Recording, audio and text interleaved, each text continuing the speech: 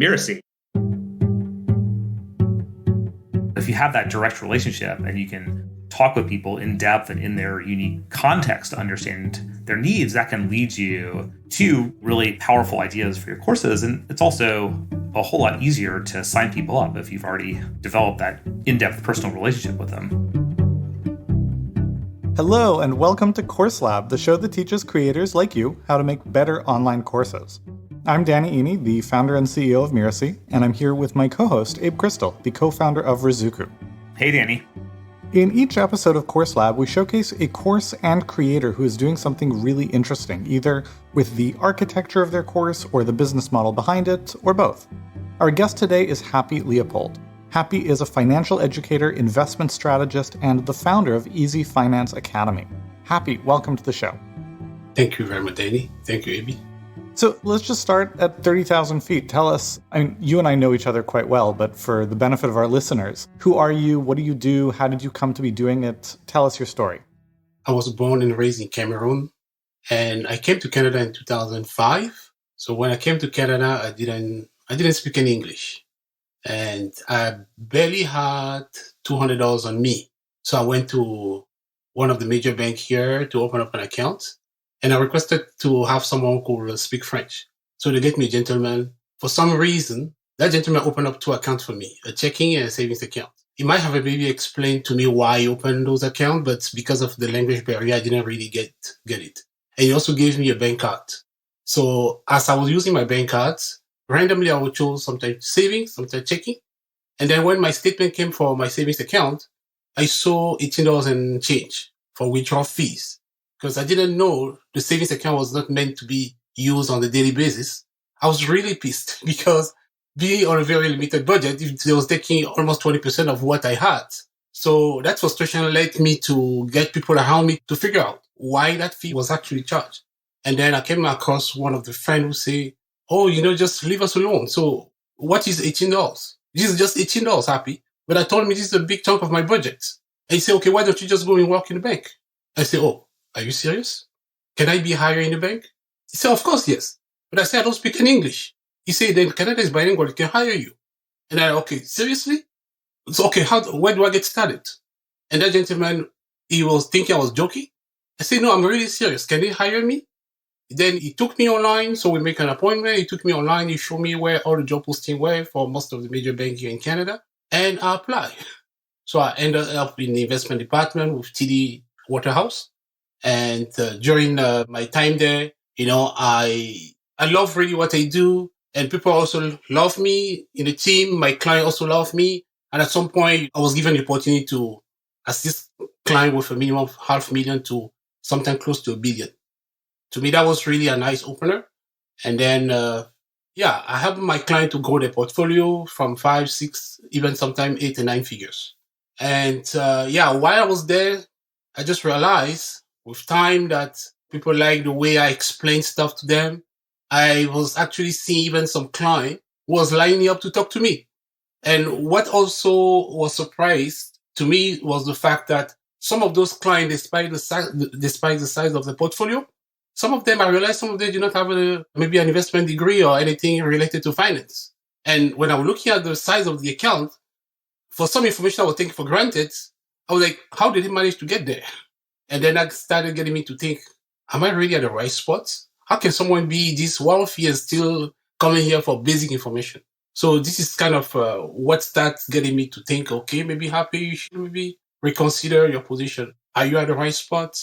I wanted to also be like those clients. I started dreaming and until I came across Danny. So you came across training around creating online courses and you set out to create your own. Tell us about who you decided to serve and the courses that you created. Okay, so after I started watching my investor, my client, I just realized that they were very comfortable financially. So I started thinking, because many of those clients did not look like me, I started thinking like something's wrong here.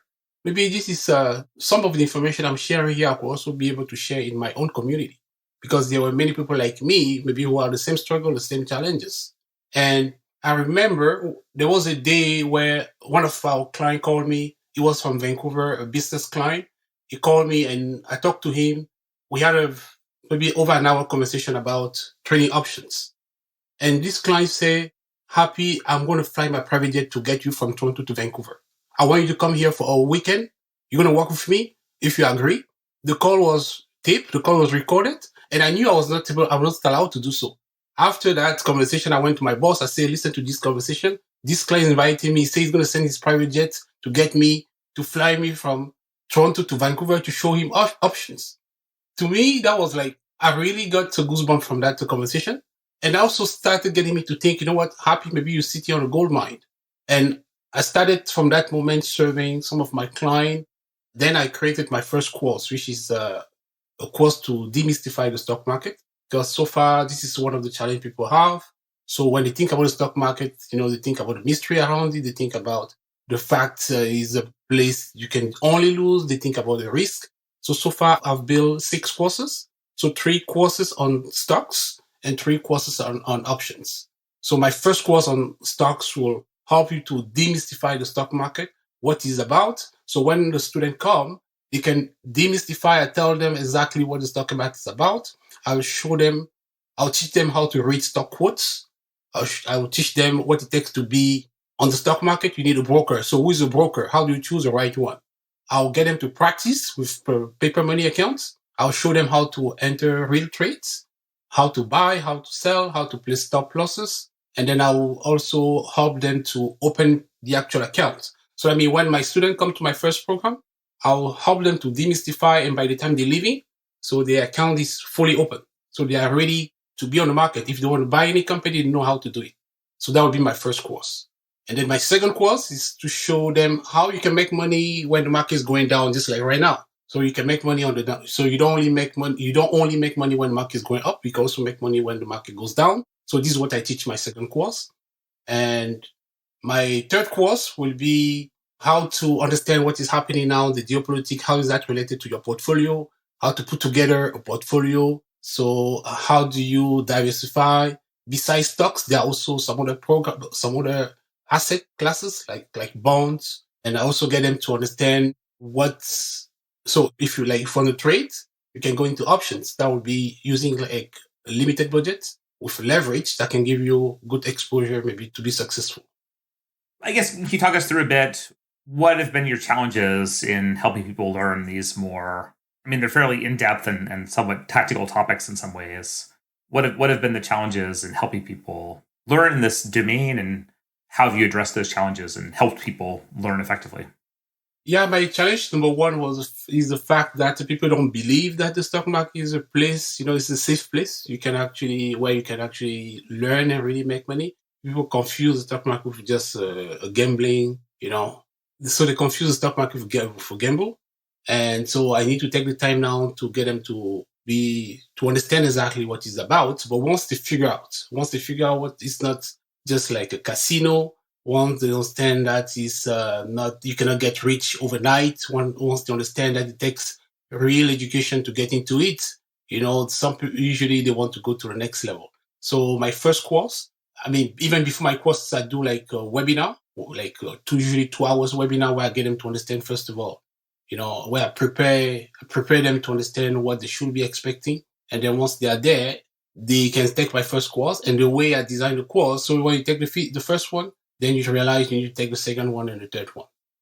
Happy, I'm curious, whenever you're in a teaching context, right, you're teaching people how to do things, sometimes they do it better, sometimes they do it worse. And you have people practice, of course, with the paper money accounts, but at some point they turn on their real account and they might be too aggressive. They might not pay attention to something. They could find themselves losing money. Have you ever had someone try to do this and be unsuccessful and then come back to you and say, look, I lost all this money and it's because of you? How do you manage those expectations? Okay, so that is a very good question. So at the beginning, I have to speak with my lawyer to know exactly what I should discuss with my student, making sure I don't cross any lines. So my disclaimer are very clear from the beginning. So at the beginning of each class, I will share my disclaimer with them. So this is a place where we don't guarantee any success, but I share with them my key. So I've created my own key to success. My first element of my key to success, the education. So you need to make sure you understand. If you don't understand, don't do it. Take the time to study. So it's a safe place. And my analogy here is I do an analogy between the stock market and the highway. So you cannot go on the highway without driving license. So coming to me and get the course, just like getting your driving license to get to the highway. So, but if you get your driving license, you'll be comfortable driving. So you're going to have, you'll be comfortable driving. You'll be confident on the highway, and you know how to read signs, how to read stop sign. But there's no guarantee that if you take your driving license, there's no guarantee you won't make any accidents, right? So you just reduce the odds of making an accident. So this is kind of what I share with them. So, and you are better off getting a driving license even though you don't have a car, right? Because you may find a nice job where they say this is a car for that position. So it's better to have a driving license if you don't have the car. So this is what I tell my student. You better know how to, what the stock market is about, how to build up the stock market, even though you don't have the capital right now.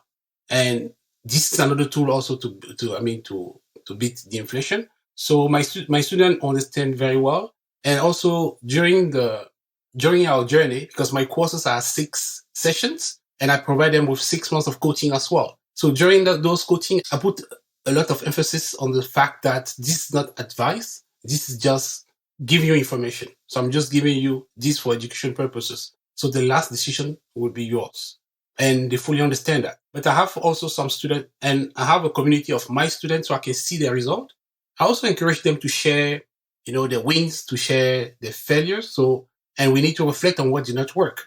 So we need to learn something from each of the failure we have. So if you tell me I lost money here, can you tell me why did you make this trade? Are you sure you follow the rules? And sometimes when my students share their failed trade, so we reflect together on those trades as a community. We also celebrate the wins together. So that helps them to understand, that they can, and also get them to understand just right from the back that there is no way you cannot lose in this environment. So sometimes you need to lose in order to learn a lesson. So they are pretty comfortable with that. I mean, there's awesome. There's a lot of information just online about stocks investing. How do you set your courses apart or get people to invest significant amounts of money to you when there's so much free information available? I like that question. Yes, there's a lot of information available online, but it is actually difficult to find someone who knows what he's talking about, because the people who actually know, the people who actually understand, they don't have the time to teach the other people. They have the time to make their own money. So you're going to see many people online who don't even know what they're talking about. But people who actually understand, they trade for themselves, they make money for themselves. Now I tell my students, so if you want to come into this environment, is make sure you invest in yourself. Make sure you talk to an expert with proven track record, can show you their own result. And also many courses online are just pre-recorded. All my classes are still live. So I can be in the classroom setting with my student on Zoom. So they have the opportunity to ask me questions live. And I also tell them sometimes, even with me in the class, sometimes I may explain a concept where you ask me a question 2-3 times before, you got it. Imagine if you were just on your own, listening to just recording, you don't know who to ask the question to. You may send maybe an email, but how much time it takes for someone to get back to you. So my students appreciate the fact that we are together in the class setting, and also the fact that I provide them with 6 months of coaching where they can come back to me. Cool. Thank you. I mean, Happi, are there other lessons learned or, things that you've discovered that you'd like to share with other course creators, or advice you'd have for people looking to make their courses more successful? Yeah, I would say to someone who wants to make, I would say beyond the course right now. So the way I look at this, I'm not just running courses. I'm running also a business around my courses with the help of the Mirasee. I develop a business around my courses, and I also help my students. That helped me to get my student to move to the next level, to grow, to really get the transmission they're looking for. And it also helped me to share my own experience with them. So I started with showing them what the stock market is about, so you can leverage the stock market to raise money. So once you have that, you can move to the next stage of wealth creation, which is the real estate. And then if you have the stock market and real estate, you can easily transition into something more meaningful. So I usually ask my students, imagine the environment where you had no bill to pay. Would you be doing exactly the job you're doing today? Many of them will tell me no. So because I know that many of them are not enjoying what they're doing, so also I'm thinking just beyond the course, they came to me to get a course. How can I help them reaching their goal, achieving something more fulfilling? So I'm also using my own platform as an incubator. So some of my students, some of my successful students, so I've chose them to be part of my team. So I call them my champion.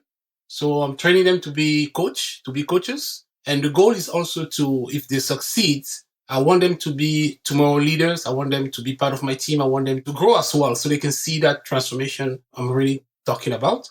And if I were to share any tips with any other course creator, I would say I don't look at a course just as a course, because I also find a way to value my student who trust me. So I celebrate my student. I've created, I have awards, I have certificates just to show them that there was value into what they're doing. So every year I tend to host an event just to celebrate my students. So I would say overall, so far that has been working for me. And I also recently created a mastermind just to also help them, take them to the next level. So this is, I'll say this is where we are. Cool. Thank you. Yeah, that's all I have. I can do the readout if you don't have any other questions, Danny. No, that was fantastic. Thank you, Happi. Another big thanks to Happi for joining us today. Happi Leopold is the founder of Easy Finance Academy. To learn more about him and all his investment courses, head on over to easyfinanceacademy.com. That's easyfinanceacademy.com.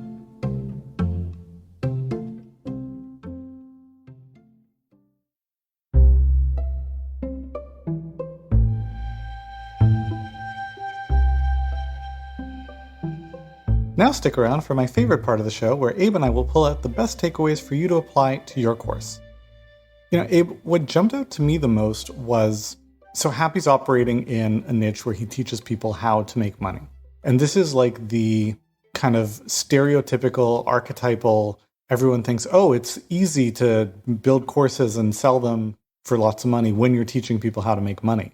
And I think what is often forgotten in that is that, first of all, it's an incredibly saturated space, right? You go on YouTube, you search how to trade stocks, how to trade options, et cetera, you're going to find so much free content, much more so than just about any other niche. And not only that, because the stakes are very high and it's so highly regulated, everything is surrounded by disclaimers.